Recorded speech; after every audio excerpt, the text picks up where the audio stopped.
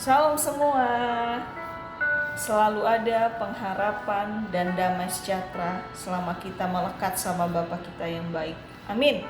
Saat ini saya mau membagi manisnya roti hidup dari Bapa kita yang hidup dari Mazmur pasal 49 ayat 4. Mulutku akan mengucapkan hikmat, dan yang direnungkan hatiku ialah pengertian. Di sini dibukakan, kita boleh banyak baca firman atau dengar firman. Tapi yang terutama, kita harus benar-benar mengerti dengan mengulang-ulang kata-kata kebenaran firman sampai roh kita, hati kita mengerti apa yang Tuhan mau. Bahkan mau diubahkan oleh kebenaran itu sendiri. Yang diubahkan apa? Tabiat buruk kita, tabiat keegoisan kita, tabiat keakuan kita menjadi tabiat kebenaran. Amin. Kalau sesaat mungkin seperti gampang, tapi sangat tidak mudah. Kalau kita sudah biasa marah-marah, sudah biasa mementingkan diri sendiri, sudah biasa cuek, sudah biasa suka ini gak suka itu, sedangkan Tuhan mau itu bukan ini. Itu benar-benar gak mudah sama sekali. Saya juga tertegur di situ. Jadi Tuhan gak akan bergetar bulu kuduknya dengan hanya kita sudah menghafal firman-Nya, sudah memperkatakan firman-Nya. Tapi kalau firman-Nya itu tidak kita beri ruang dalam hati dan hidup kita untuk mau kita pahami, untuk mau kita mengerti makna sebenarnya yang dikatakan Tuhan, ya kita gak akan bergairah untuk mau diubahkan sama kebenaran itu. Hanya kalau kita mau memikirkannya, mau mengulang-ulangnya, apa sih maksud yang Tuhan mau, bagaimana aku bisa ikut yang Tuhan mau itu. Bahkan kita minta Tuhan mampukan kita melakukan kebenaran itu, ya disitulah kita bisa diubahkan. Karena firman tetap berkuasa, tapi pilihan di tangan kita, mau gak diubahkan sama firman yang maksudnya sama kebenaran, atau kita tetap berkeras pada prinsip-prinsip kita. Bisa karena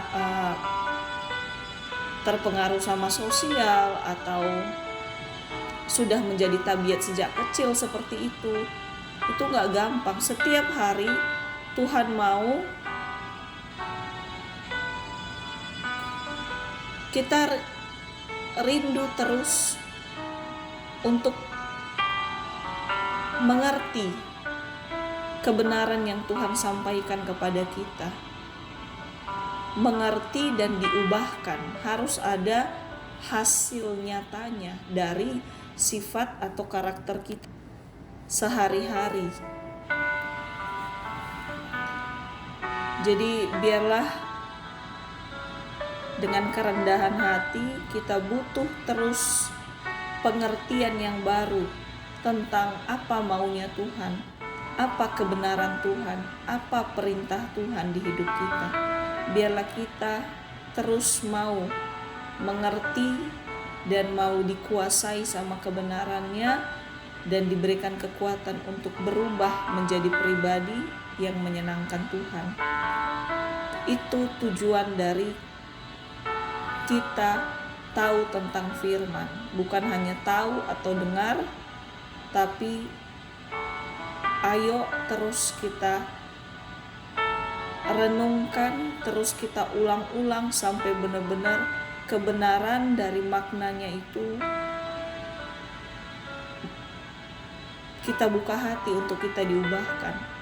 Kita bisa pilih, kita mau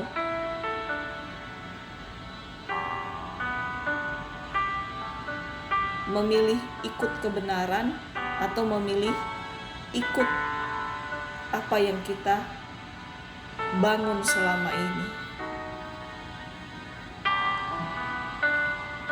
seberhasil apapun prinsip hidup kita, kalau tidak seiring dengan kebenaran firman, ayo cepat kita hancurkan sebelum prinsip kita itu, tabiat kita itu yang menghancurkan hidup kita sendiri. Karena kebenaran firman tidak akan menghancurkan kita. Tuhan adalah kehidupan, dalam firman ada kehidupan, dan kehidupan di dalam Tuhan adalah kekal. Jadi kita gak ada pilihan, setengah pilih kebenaran dunia, setengah pilih prinsip hidup kita, atau setengah pilih kebenaran firman. Gak ada pilihan setengah-setengah. Kayak Tuhan bilang, yang mendua hati gak akan mendapat apa-apa.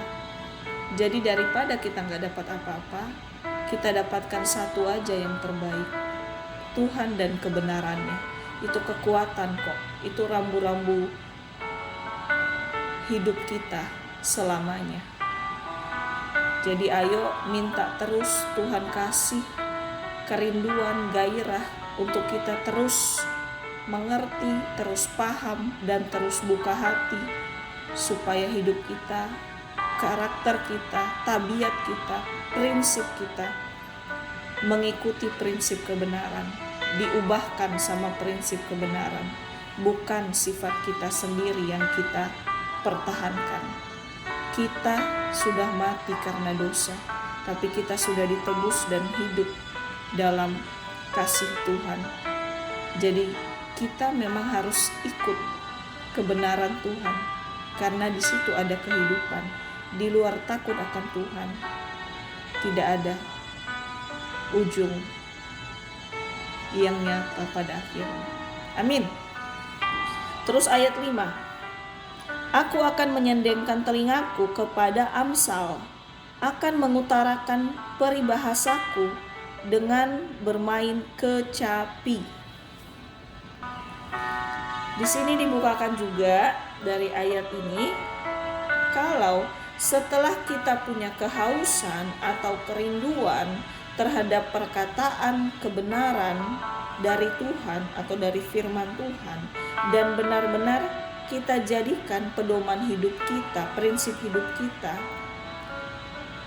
dikatakan di firman ini, di penggalan firman ini, dikatakan akan mengutarakan peribahasaku dengan bermain kecapi. Kecapi itu kan salah satu alat musik di zaman dulu lah ya.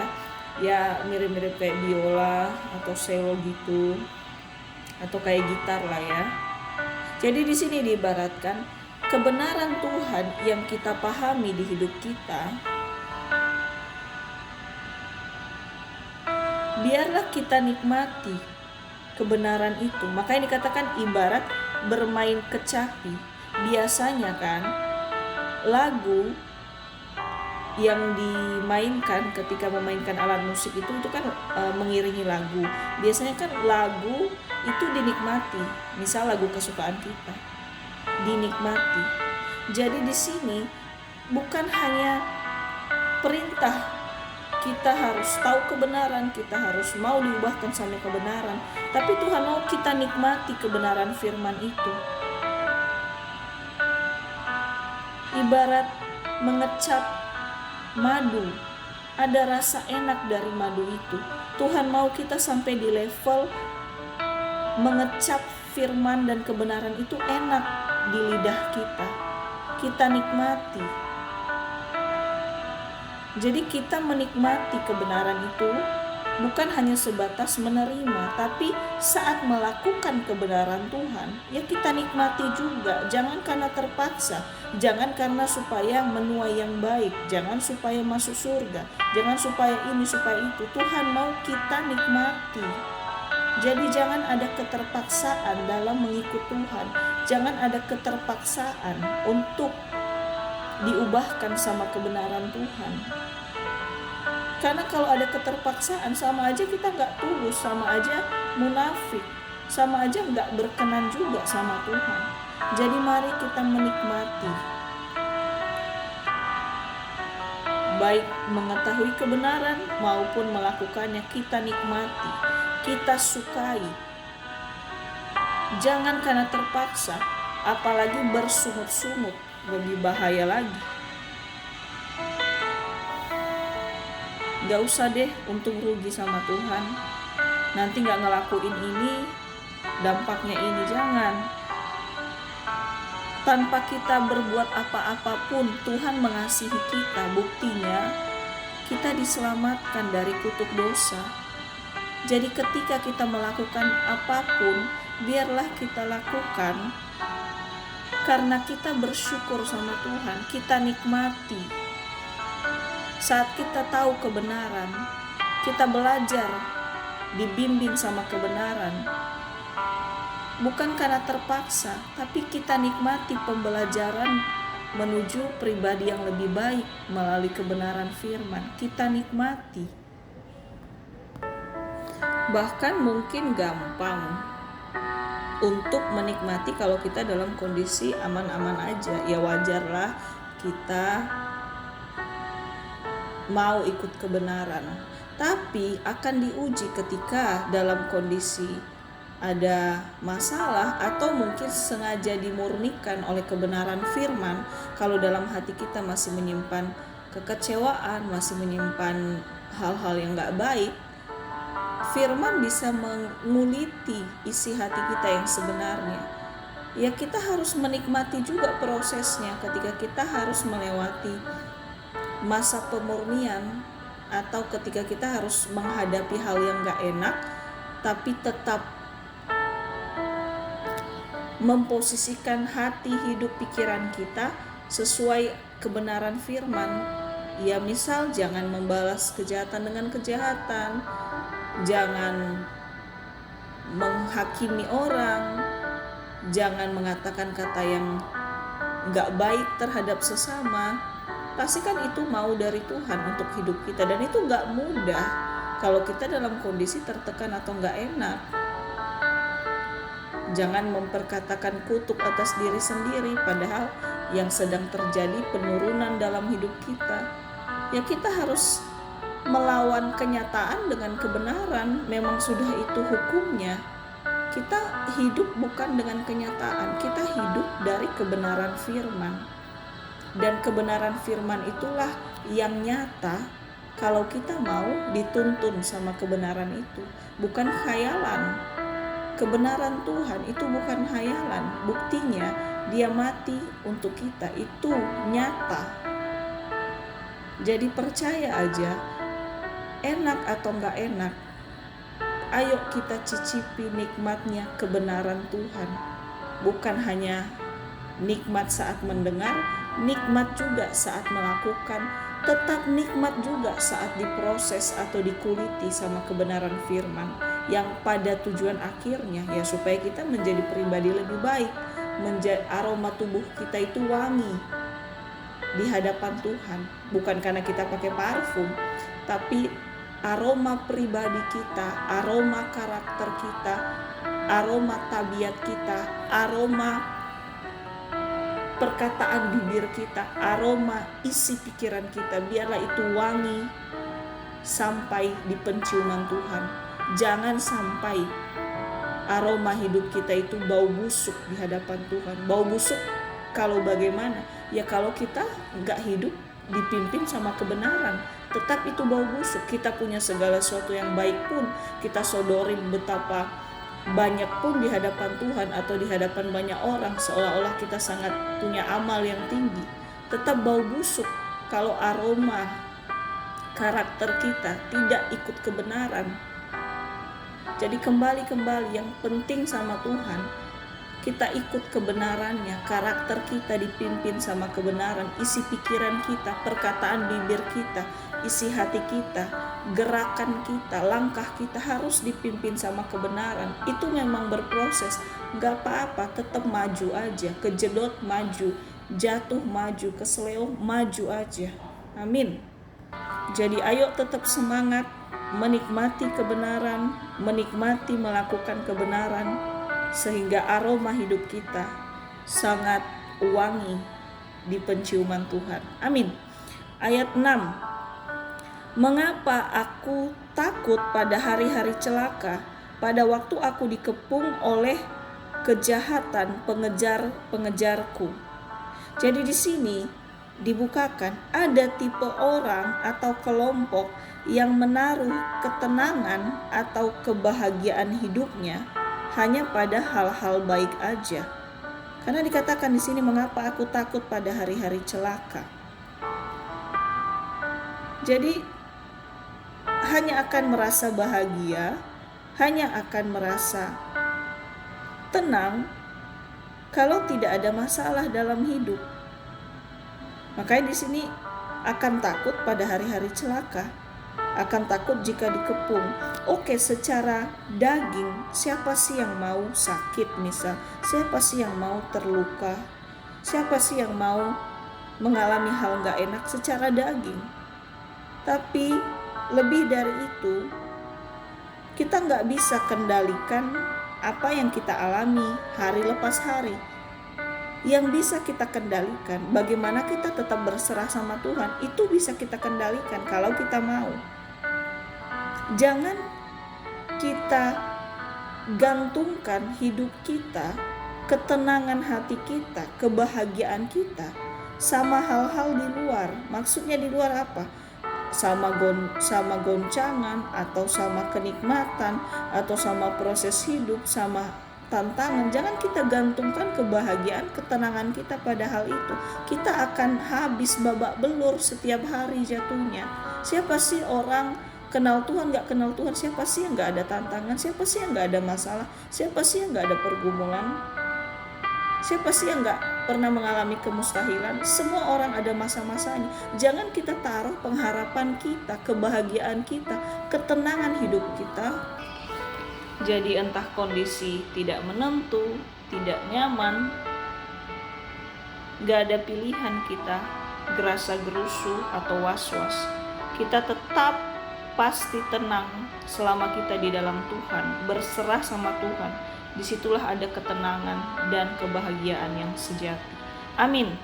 Terus di ayat 7, mereka yang percaya akan harta bendanya dan memegahkan diri dengan banyaknya kekayaan mereka. Jadi ada lagi di sini tipe orang atau kelompok yang menaruh ketenangan atau kebahagiaannya pada harta bendanya atau kekayaannya. Hati-hati kalau sampai kita menaruh kepercayaan diri kita pada sesuatu apapun yang ada di dunia ini, harta benda, jabatan, koneksi, kepintaran, keahlian, itu bisa lenyap seketika, tinggal tunggu waktu, karena tidak ada nilai kekekalan dalam semua apa yang diusahakan manusia. Tidak ada kekekalannya. Kekekalan hanya ada di dalam Tuhan, yang tidak ada masa expirednya, yaitu kuasa dan kebesaran Tuhan, kasih Tuhan. Semua apa yang kita punya ada masa expirednya. Usia kita aja bisa ada masa berhentinya, apalagi benda mati atau hal-hal di luar diri kita sendiri, tapi kita banggakan. Jadi betapa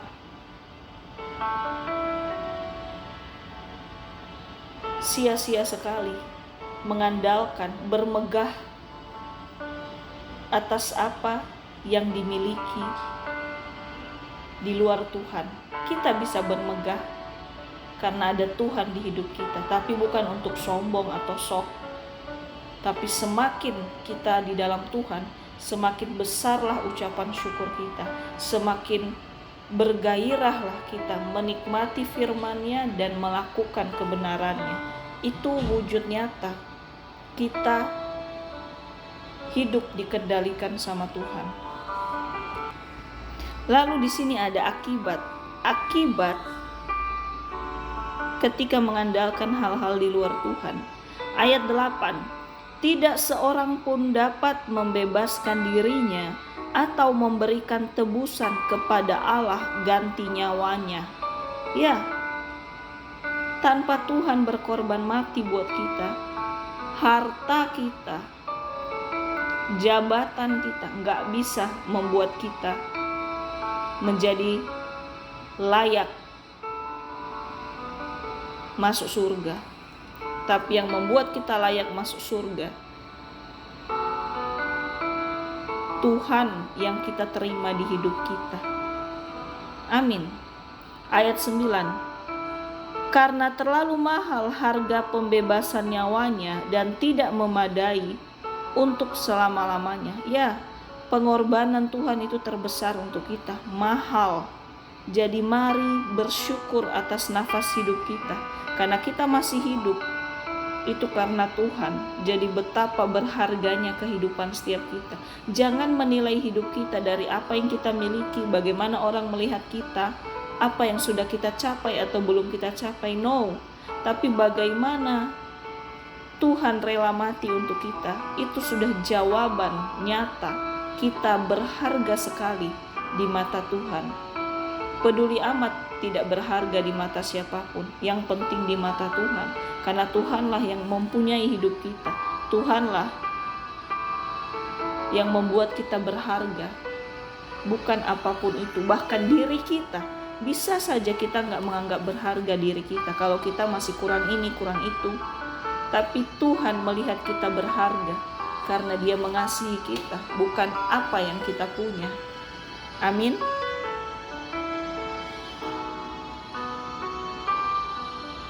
Terus lebih lagi benar-benar ditegur di sini, kalau apapun di luar kebesaran Tuhan tidak bisa menyelamatkan hidup kita. Semua yang kita banggakan, kita pertahankan seketika dapat hilang seperti asap. Ya, jangan mau hidup kita juga akhirnya seperti asap.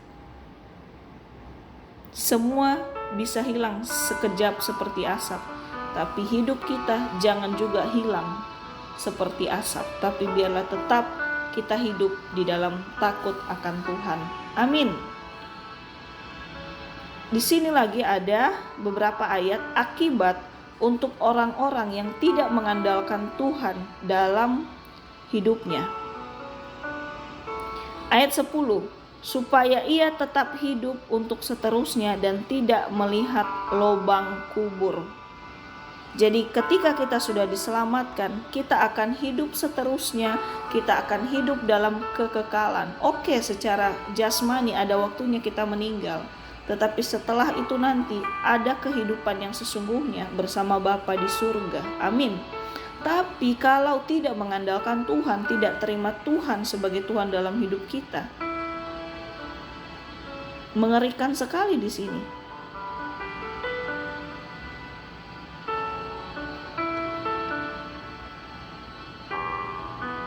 Hanya akan melihat lubang kubur. Karena di sini kalau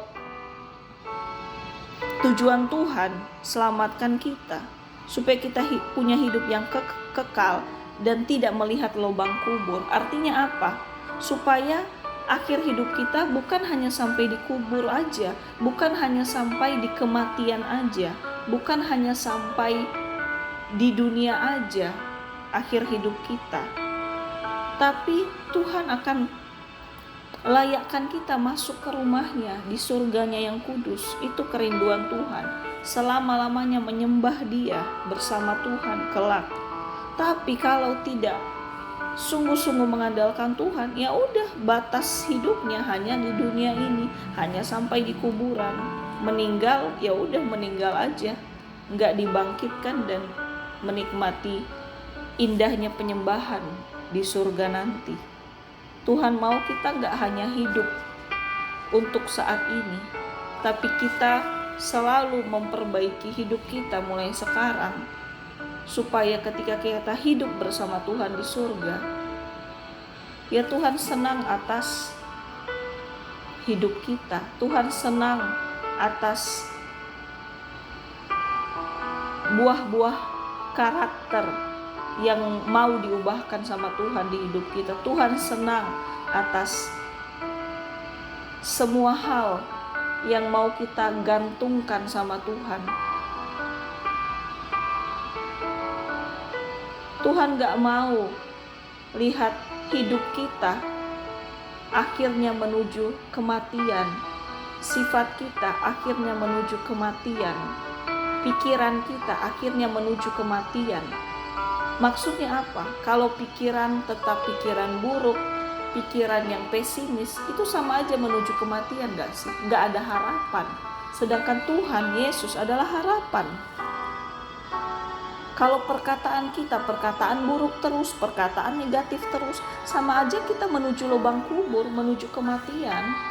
Karena perkataan dari Tuhan, perkataan kebenaran yang memberikan kehidupan, yang memberikan harapan, yang memberikan kekekalan untuk setiap anak-anak yang mau terima Dia sebagai Tuhan dan Juru Selamat. Amin. Jadi mari terus kita berbenah dalam hidup ini, karena kita bukan hanya hidup di dunia, tapi kelak bersama Bapa di surga. Ayat 11, sungguh akan dilihatnya orang-orang yang mempunyai hikmat mati, orang-orang bodoh dan dungu pun binasa bersama-sama, dan meninggalkan harta benda mereka untuk orang lain. Jadi di sini Tuhan bilang, yang takut Tuhan pun, yang tidak takut Tuhan pun, ketika masa waktunya dipanggil Tuhan, ya kan sama-sama mati juga.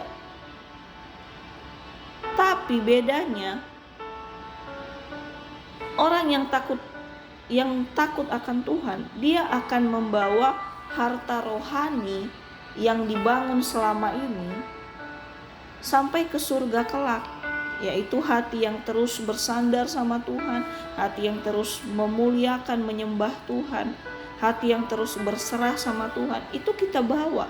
Tapi harta jasmani yang kita perjuangkan selama ini, itu gak akan kita bawa juga ketika kita sudah dipanggil sama Tuhan, ketika sudah meninggal. Dan yang menikmati harta sisa itu ya orang lain, orang yang masih hidup. Ya kalau keturunan kita, kalau orang yang di luar yang kita inginkan, malah itu yang merebutnya kelak, lebih sia-sia lagi kan. Jadi harta di luar takut akan Tuhan, itu kelak pasti kita tinggalkan, harta jasmani itu, dan tidak akan kita bawa di alam kubur atau di surga nanti. Itu juga gak berlaku. Rumah banyak, mobil banyak, uang banyak, itu gak berlaku, gak ada nilainya di surga. Dan gak ada gunanya juga dibawa ke lubang kubur, gak muat di kuburan. Jadi benar-benar kita boleh semakin berhasil memiliki banyak hal, tapi biarlah itu atas berkat Tuhan.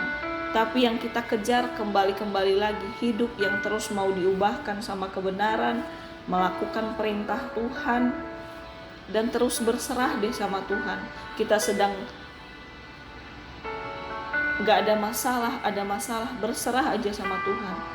Maka Tuhan pasti tolong, Tuhan pasti ubahkan kita, sehingga hidup kita menghasilkan aroma yang wangi dalam penciuman Tuhan. Amin. Ayat 12, kubur mereka ialah rumah mereka untuk selama-lamanya, tempat kediaman mereka turun-temurun. Mereka menganggap ladang-ladang milik mereka. Ya udah, di sini makin diperjelas orang-orang yang hanya fokus pada harta-harta di dunia, bukan fokus mengumpulkan harta rohani. Ya udah, akan menganggap akhir hidupnya ya adalah kuburan. Dan lebih parah lagi di sini,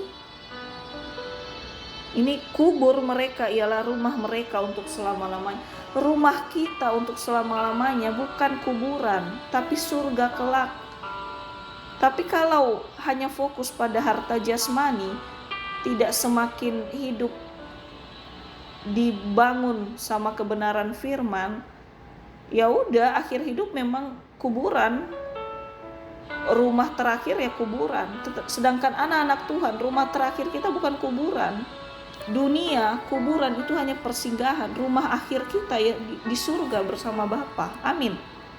Jadi betapa bodoh sekali kan, kalau keren banget saat hidup, tapi akhirnya rumah termewahnya hanyalah kuburan. Jangan mau rumah mewah kita adalah kuburan. Jangan memilih akhir segala-galanya adalah kuburan. No, tapi selama-lamanya adalah bersama Tuhan. Itu yang benar. Bahkan lebih parah di sini, tempat kediaman turun-temurun. Menganggap kuburan itu ladang-ladang milik mereka. Agak-agak bodoh sekali ya sebenarnya ya.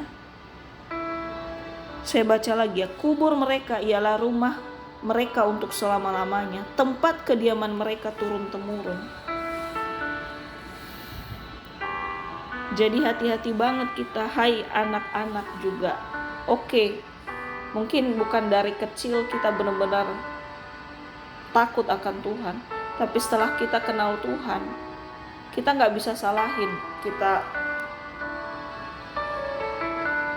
lahir dari kota mana, dari komunitas mana, dari keluarga mana.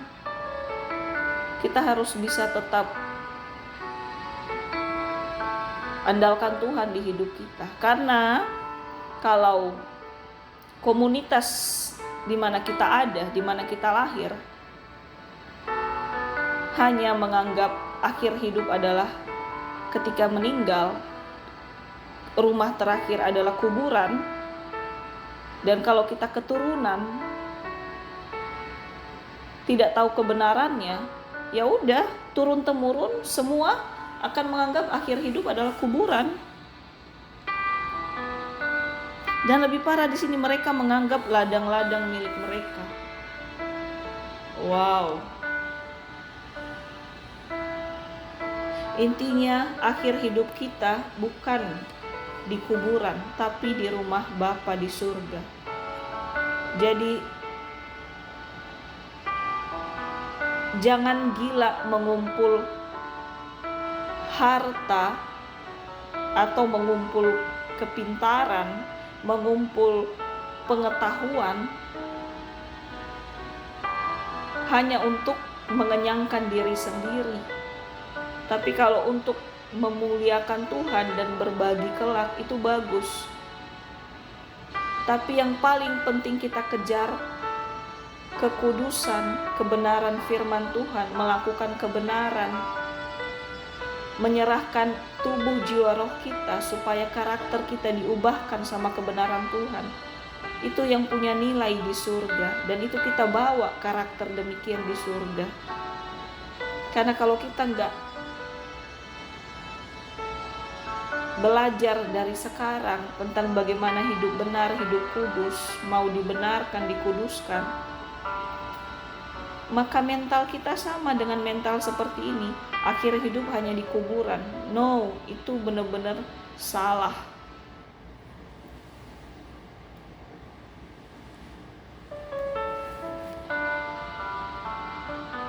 Dan lebih ngeri lagi di sini ya, mereka menganggap ladang-ladang milik mereka. Masa kuburan itu ladang usaha? Maksudnya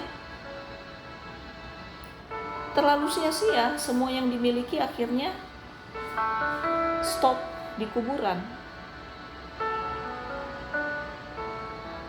Ya memang kalau yang diusahakan hanya sebatas jasmani, ya memang stop di kuburan. Mobil mana bisa masuk di liang kubur, rumah, uang nggak masuk juga, nggak ada guna di liang kubur. Tapi harta rohani, harta takut akan Tuhan, harta hidup benar, itu menembus kuburan dan sampai ke surga. Amin.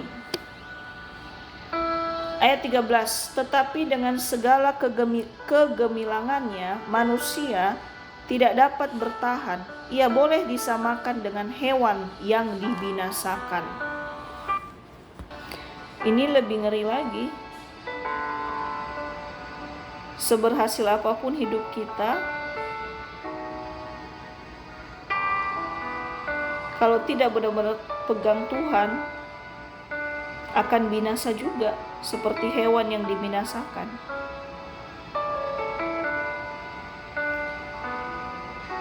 Jangan mau akhir hidup kita seperti hewan yang dibinasakan ya. Kegemilangan artinya kehebatan, kepintaran, harta. Emang itu gak bisa bertahan sampai akhir. akan selesai ketika meninggal memang. Tapi kalau hanya itu yang kita kejar, ya sama dengan binatang. Ketika binatang mati ya dia juga nggak bawa apa-apa juga kan. Selesai.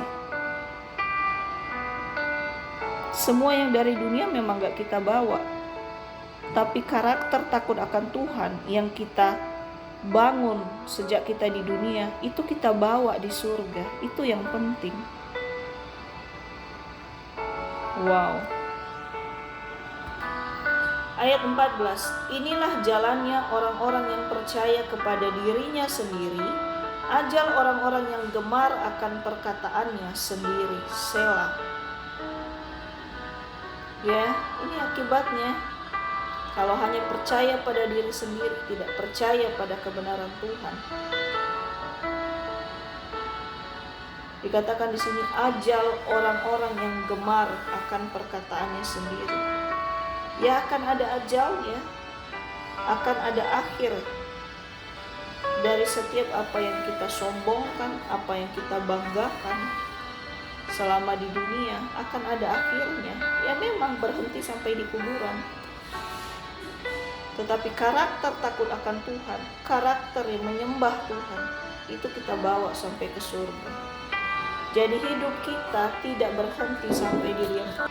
Terakhir ayat 15, seperti domba mereka meluncur ke alam, maksudnya ke dalam dunia orang mati, digembalakan oleh maut, mereka turun langsung ke kubur, perawakan mereka hancur, dunia orang mati menjadi tempat kediaman mereka.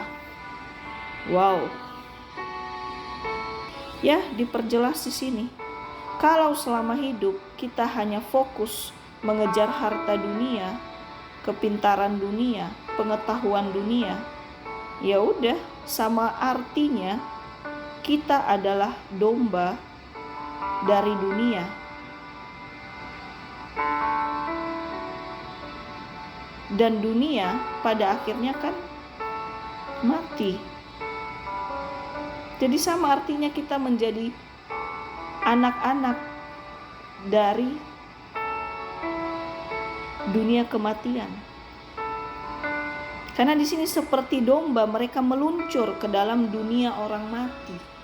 Jadi semakin kita merasa tidak butuh Tuhan, tidak belajar akan kebenaran, sama artinya kita menuju lembah kematian, kita menuju goa kematian.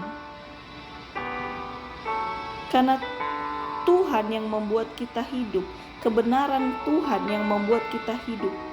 Kalau kita sepelekan, ya udah, kita nggak menuju kehidupan, kita menuju kematian. Dan serem banget, digembalakan oleh maut. Jadi hati-hati ketika kita berhasil, pintar, segala sesuatu aman, tapi tidak ada penyertaan Tuhan di dalamnya. Hello, bisa saja hidup kita sedang digembalakan sama maut. Kapanpun bisa lenyap seketika. Atau ketika ada masalah atau tantangan, gampang sekali jatuh dan gak bisa lagi untuk bangkit. Karena digembalakan sama maut. Tidak kita buka hati digembalakan sama Tuhan kita yang baik, sama kebenaran firman-Nya. Dan di sini setelah digembalakan maut, mereka turun langsung ke kubur. Ya iya, kalau udah seperti ada tantangan, tiba-tiba bangkrut misal, hilang semua, sering sekali gak ada pengharapan dan bunuh diri kan, turun langsung ke kubur dengan sengaja mengakhiri hidup. Karena melihat secara jasmani kok semua berakhir. No, ketika semua berakhir, kita lihat, ayo kita pakai mata iman kita. Kalau di dalam Tuhan selalu ada kehidupan, selalu ada jawaban, selalu ada pertolongan. Tuhan yang membuat hidup kita selesai selama di dunia, jangan kita akhiri dengan alasan apapun. Jangan sampai menuju kubur, jangan sampai menghancurkan masa depan ke depannya ketika proses yang gak enak sedang dihadapi. Dan di sini setelah langsung ke kubur, perawakan mereka hancur, dunia orang mati menjadi tempat kediaman mereka.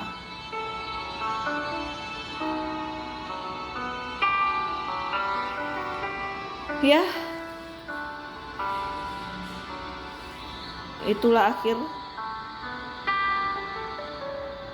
hidup jika tidak mengandalkan Tuhan selama hidup. Ya, akhir hidup ya tempat paling indah seolah-olah kuburan. Hati-hati dengan menghias kuburan berlebih. Itu bukan tempat terindah kita. Tempat terindah kita di rumah Bapa di surga. Amin. Terus di sini jaminan untuk orang-orang yang taat selamanya di dalam Tuhan. Mazmur 49 ayat 16. Tetapi Allah akan membebaskan nyawaku dari cengkraman dunia orang mati, sebab Ia menarik aku. Amin. 17. Janganlah takut apabila seseorang menjadi kaya, apabila kemuliaannya, keluarganya bertambah. Iya, kita gak usah tergoda dengan apapun itu. Kita tergoda dengan kebenaran firman aja.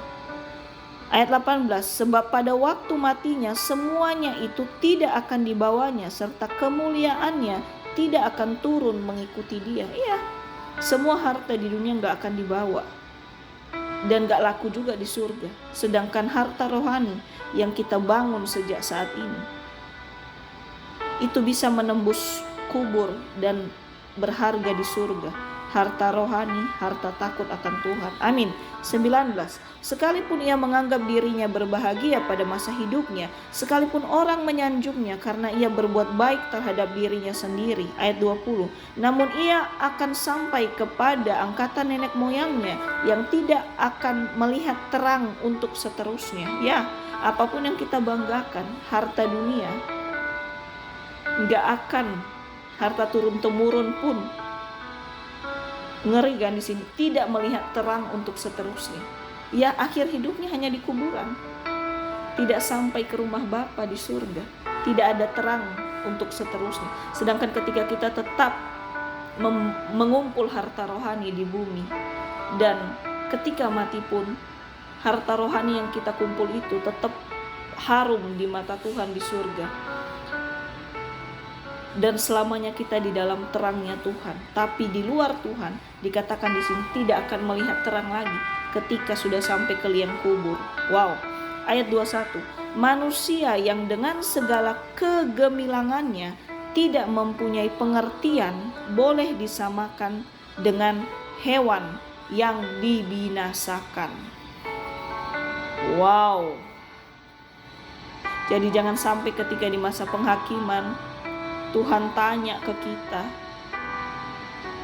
kenapa kamu gak sungguh-sungguh ketika kamu di bumi? Kenapa kamu tidak menikmati kebenaran firman-Ku, melakukan kebenaran firman-Ku?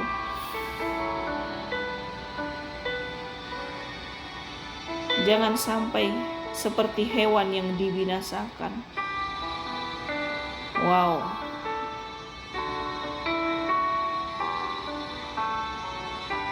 Jadi di sini benar-benar keras banget.